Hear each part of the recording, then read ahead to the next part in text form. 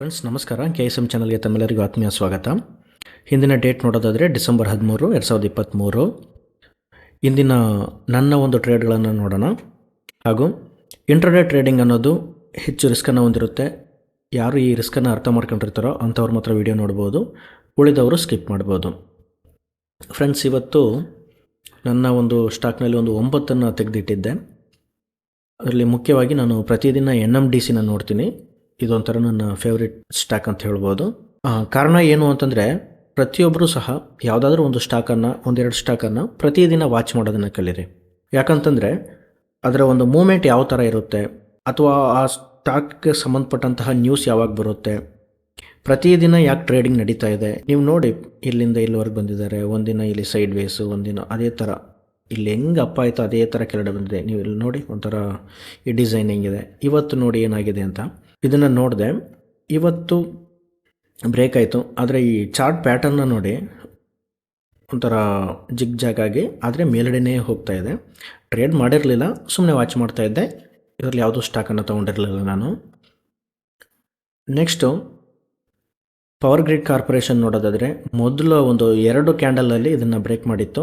ಈ ಫಾಸ್ಟನ್ನು ನೋಡೋದಾದರೆ ಖಂಡಿತ ಇದು ಒರಿಜಿನಲ್ ಬ್ರೇಕೌಟ್ ಆಗಿರುತ್ತೆ ಅನ್ನೋದು ಕನ್ಫರ್ಮ್ ಆಯಿತು.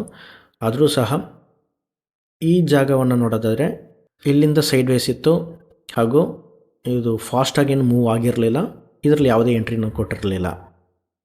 ಕಾರಣ ಏನು ಅಂತಂದರೆ, 1, 2, 3, 4ನೇ ಬ್ರೇಕ್ ಆಗಿರೋದ್ರಿಂದ ಖಂಡಿತ ಇದು ವರ್ಕ್ ಆಗಿರುತ್ತೆ. ಒಂದು ವೇಳೆ ಇದು ಒರಿಜಿನಲ್ ಬ್ರೇಕ್ಔಟ್ ಆದರೆ ನೀವು ಬೈ ಮಾಡಬೇಕಾಗಿರೋದು ಈ ಜಾಗದಲ್ಲಿ, ಈ ಲೈನ್ ಮತ್ತೆ ಬಂದಾಗ ಬೈ ಮಾಡ್ಬೋದು. ಅದರ ಸ್ವಲ್ಪ ಕೆಳಗಡೆ ಸ್ಟಾಪ್ ಲಾಸ್ನ ಇಟ್ಕೋಬೋದು. ಯಾಕೆ ಈ ಥರ ಅಂತಂದರೆ, ಯಾವುದೇ ಸ್ಟಾಕ್ ಸಕ್ಸಸ್ ಆಗುತ್ತಾ ಫೇಲ್ಯೂರ್ ಆಗುತ್ತಾ ಅನ್ನೋದು ಯಾರ ಕೈಯಲ್ಲೂ ಇಲ್ಲ.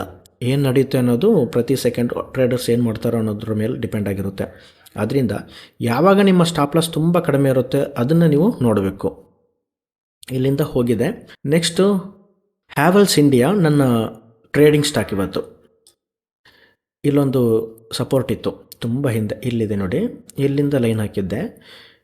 ಫಸ್ಟು ಬ್ರೇಕ್ ಆಗಿ ಈ ಸಪೋರ್ಟ್ ಚೆನ್ನಾಗಿ ಕೆಲಸ ಮಾಡಿದೆ ಅನ್ನೋದು ಗೊತ್ತಾಗ್ತಾ ಇದೆ. ಆದರೂ ಸಹ ನಾನು ಇಲ್ಲಿ ತೊಗೊಂಡಿರಲಿಲ್ಲ.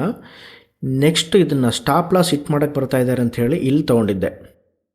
ತೊಗೊಂಡ್ಮೇಲೆ ಸ್ಟಾಪ್ ಲಾಸ್ ಸ್ವಲ್ಪ ಕೆಳಗಡೆ ಇಟ್ಟಿದ್ದೆ, 1310ರಲ್ಲೇ ಇಟ್ಟಿದ್ದೆ ಕರೆಕ್ಟಾಗಿ. ಒಂದು 20 ಪೈಸೆ ಹತ್ತಿರ ಬಂದಿತ್ತು. ಅಷ್ಟು ಹತ್ರ ಬಂದರೂ ಅದು ಹಿಟ್ ಆಗಿರಲಿಲ್ಲ. ಅದು ನೋಡಿದ್ರೆ ಸಂಜೆವರೆಗೂ ಇಲ್ಲಿವರೆಗೂ ಹೋಯಿತು. ನಾನು 3:10ಕ್ಕೆ ಎಕ್ಸಿಟ್ ಆದೆ. ಒಂದು ಸ್ಟಾಕ್ ಮಾತ್ರ ಇವತ್ತು ಟ್ರೇಡ್ ಮಾಡಿದ್ದು. ನೆಕ್ಸ್ಟು RBL ಬ್ಯಾಂಕ್ ನೋಡೋದಾದರೆ, ಸುಮ್ಮನೆ ಸಂಜೆ ನೋಡ್ತಾ ಇದ್ದೆ. ಆ ಸ್ಟಾಕ್ ಎಕ್ಸಿಟ್ ಆಗುವಾಗ ಇದನ್ನು ನೋಡಿದೆ. ಫಾಸ್ಟಾಗಿ ಮೂವ್ ಆದ್ರೂ ಸಂಜೆ ಅಷ್ಟೊತ್ತಿಗೆ ಎಲ್ಲರೂ ಟ್ರೇಡ್ ಕ್ಲೋಸ್ ಮಾಡ್ತಾರೆ, ಅಲ್ಲಿಂದ ಡೌನ್ ಆಯಿತು.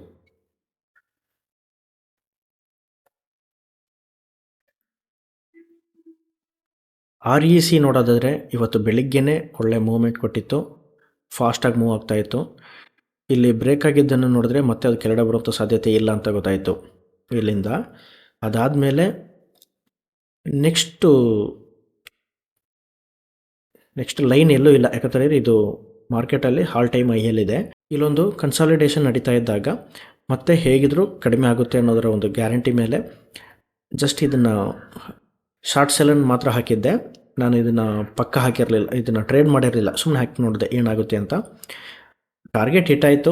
ಅದೇ ಥರ ಮತ್ತೆ ಟಾರ್ಗೆಟ್ ಹಿಟ್ ಆಗೋದು ಕಾರಣ ಏನಂದರೆ 1:3 ಅಂತ ಹಾಕಿದ್ದೆ.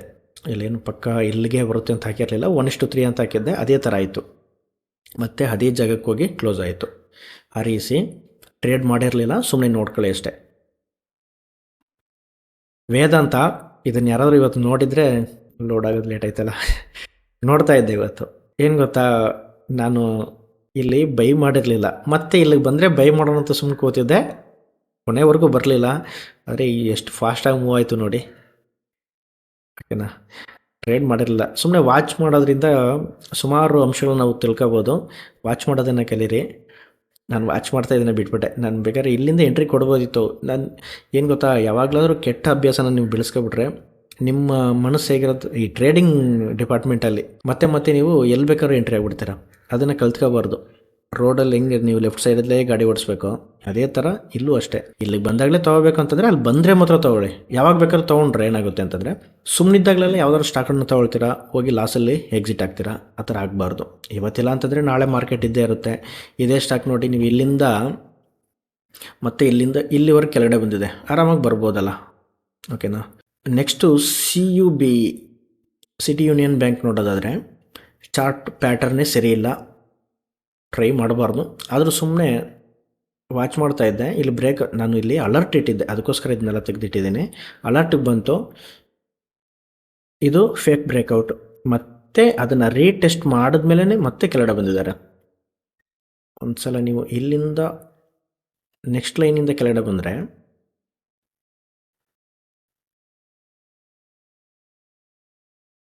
ಎಲ್ಲಿವರೆಗೆ ಬಂದಿದ್ದಾರೆ, 1% ಬಂದಿದ್ದಾರೆ.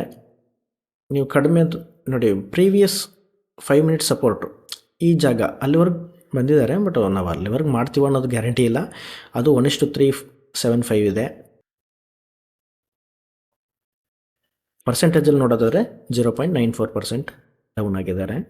ಡಿಲೀಟ್ ಮಾಡ್ತೀನಿ. ಸುಮ್ಮನೆ ನಾನು ಡೈಲಿ ನಾವು ಕಲಿಬೇಕು ಅಂತಂದರೆ ಈ ಥರ ಚಾರ್ಟ್ಗಳನ್ನು ನೋಡಬೇಕು. ಏನು ಮಾಡ್ತಾಯಿದ್ದಾರೆ ಈ ಥರ ನಮ್ಮ ಟ್ರೇಡರ್ಸ್ ಏನು ಮಾಡ್ತಾರೆ, ಅವರ ಒಂದು ಮನಸ್ಥಿತಿ ಯಾವ ಥರ ಇದೆ, ಅವ್ರು ಯಾವ ಥರ ಎಲ್ಲ ಯೋಚನೆ ಮಾಡ್ಬೋದು ಅನ್ನೋದನ್ನು ಕಲಿಬೇಕು ಅಂತಂದರೆ ನೀವು ಈಗ ನೋಡಬೇಕು. ನ್ಯೂಸ್ ನೋಡೋದ್ರಿಂದಾಗಲಿ ಅಥವಾ ಪೋಸ್ಟ್ ಮಾರ್ಕೆಟಲ್ಲಿ ಚಾರ್ಟ್ ನೋಡೋದ್ರಾಗಲಿ ಏನೂ ಆಗಲ್ಲ. ಲೈವಲ್ಲಿ ನೀವು ಕೂತ್ಕೊಂಡು ಏನು ಮಾಡ್ತಾಯಿದ್ದಾರೆ ಡೈಲಿ ನೀವು ಡೈರಿ ಬರೀರಿ. ಕಲಿಬೇಕು ಅಂತ ಬಂದಮೇಲೆ ಎಲ್ಲವನ್ನೂ ಮಾಡಬೇಕು. ಓಕೆ, ಇದನ್ನು ನೋಡಿ ಎನ್ ಟಿ ಪಿ ಸಿ ಫಾಸ್ಟಾಗಿ ಮೂವ್ ಆಯಿತು. ಇಲ್ಲಿಂದ ಡೌನ್ ಅಂತ ಗೊತ್ತಾಯಿತು. ಆದರೂ ಸಹ ಇಲ್ಲೇ ನೋಡಿ ಸುಮಾರು ಹೊತ್ತು ಕನ್ಸಲ್ಟೇಷನ್ ನಡೀತಾನೆ ಇತ್ತು. ಹೋಗಿದ್ರೆ ಫಾಸ್ಟಾಗಿ ಮೇಲ್ಗಡೆ ಹೋಗಬೇಕಾಗಿತ್ತು, ಆಗಲಿಲ್ಲ.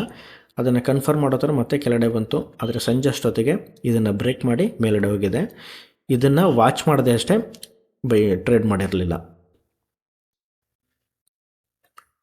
ಜಿಂದಾಲ್ ಸ್ಟೀಲ್ ಇದು ಅಷ್ಟೇ. ಇದು ಹೋಗಿ ಮತ್ತೆ ರೀಟೆಸ್ಟ್ ಮಾಡಿದ್ರೆ ಬೈ ಮಾಡೋಣ ಅಂತಿದ್ದೆ, ರೀಟೆಸ್ಟ್ ಮಾಡಲಿಲ್ಲ. ಸಂಜೆ ಮಾಡ್ತು. ಬಟ್ ಈ ಕ್ಯಾಂಡಲೆಲ್ಲ ನೋಡಿದ್ರೆ ಮತ್ತೆ ನೀವು ಬೈ ಮಾಡಿದ್ರೆ ಕತೆ ಮುಗೀತು. ಓಕೆ, ಇಲ್ಲಿಂದ ಏನಾದ್ರು ಬೈಗೆ ಹೋಗಿದರೆ ಕರೆಕ್ಟಾಗಿ ಪ್ರೀವಿಯಸ್ ರೆಸಿಸ್ಟೆನ್ಸ್ ಏನಿದೆ ಅಲ್ಲಿವರೆಗೆ ಮಾತ್ರ ಹೋಗಿದ್ದಾರೆ. ಕನ್ಫರ್ಮ್ ನೋಡಿ. ಓಕೆನಾ. ಅಲ್ಲಿಂದ ಮತ್ತೆ ಸೆಲ್. ಫ್ರೆಂಡ್ಸ್, ಇದಿಷ್ಟು ಇವತ್ತಿನ ಒಂದು 9 ಸ್ಟಾಕ್ಗಳು. ಇದರಲ್ಲಿ ನಾನು ಟ್ರೇಡ್ ಮಾಡಿದ್ದು ಹ್ಯಾವೆಲ್ಸ್.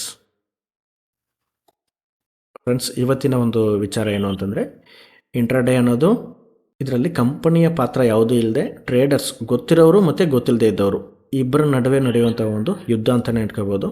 ಇಲ್ಲಿ ಏನು ಮಾಡ್ತಾರೆ ಅಂತಂದರೆ ಯಾವ ಥರ ಎಲ್ಲ ಟ್ರ್ಯಾಪ್ ಮಾಡ್ಬೋದು ಅನ್ನೋದನ್ನು ನೋಡಿ ಟ್ರ್ಯಾಪನ್ನು ಮಾಡ್ತಾ ಇರ್ತಾರೆ. ಅದರಿಂದ ನಾವು ಹುಷಾರಾಗಿ ಎಲ್ಲಿ ಎಂಟ್ರಿ ಆಗಬೇಕು ಅನ್ನೋದನ್ನು ನೀವೇ ನೋಡ್ಕೊಂಡು ಎಂಟ್ರಿ ಆಗಬೇಕು. ಲಾಸ್ ಆದರೆ ಬೇರೆ ಯಾರೂ ಸಹಾಯಕ್ಕೆ ಬರೋಲ್ಲ. ಅದರಿಂದ ಹುಷಾರಾಗಿ ಮಾಡಿ. ಅಥವಾ ನಿಮಗಿದು ಸೆಟ್ ಆಗಲಿಲ್ಲ ಅಂತಂದರೆ ಇದನ್ನು ಬಿಟ್ಟು ನೀವು ಇನ್ವೆಸ್ಟಿಂಗ್ ಮಾತ್ರ ಮಾಡ್ಬೋದು. ನಿಮ್ಮ ಸ್ವಂತ ಜಾಬ್ ಏನಿದೆ ಅದನ್ನು ಮಾಡೋದು ಒಳ್ಳೆಯದು. ವಿಡಿಯೋ ಇಷ್ಟ ಆದರೆ ಲೈಕ್ ಮಾಡಿ ಮತ್ತು ನಿಮ್ಮ ಫ್ರೆಂಡ್ಸ್ ಜೊತೆಗೆ ಶೇರ್ ಮಾಡಿ. Thank you friends.